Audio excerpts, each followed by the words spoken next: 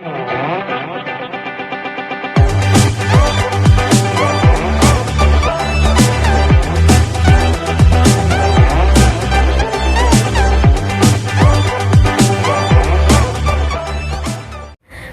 guys! What's up? So for today's vlog is magbibigay tayo ng reaction sa ating mga foreign artists between Thai actors and Korean actors. So i-rate natin sila. So magpi-play tayo ng video.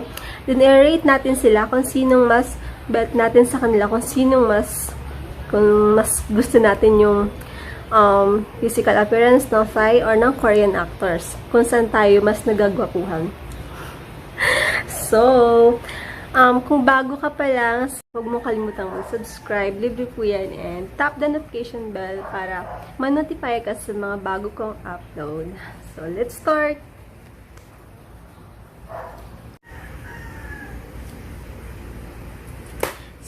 So, first, si Rome, tapos si Sue. So, mas bet ko yung Thai actor. Parang mas masculine siyang tingnan kaysa kay Korean actor. Since gwapo din naman, pero mas bet ko yung Thai actor. For the second pair, between Just the Porn and Soji, okay. Mas bet ko yung Thai actor.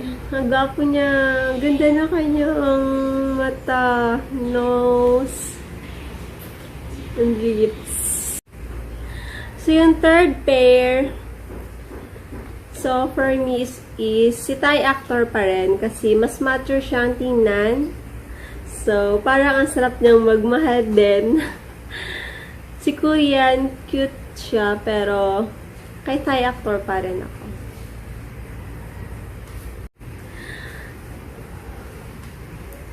For fourth pair, Patra versus Park Bo-gum. Both handsome, pero I choose Park Bo-gum pa rin. Kasi, gwapo talaga siya, lalo pag nakangiti. Gusto ko yung palabas ni Park Bo-gum. Sana ang palabas yun.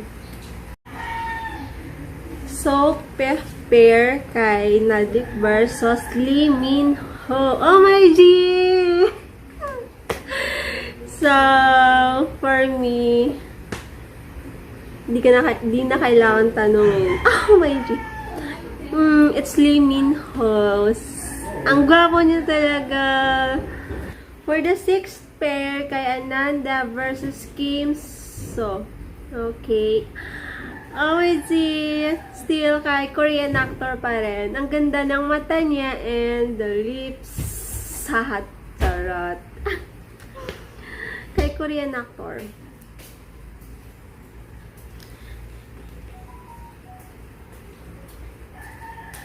For the seventh pair is kay Korean actor ako. Nagtangos ng ilong. OMG. I love his nose. Hi, Korean actor.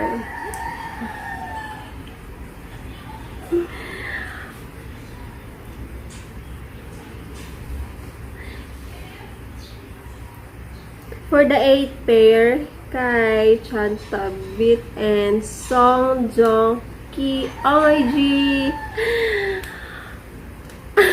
They are both handsome, but still kay Korean actor pa rin.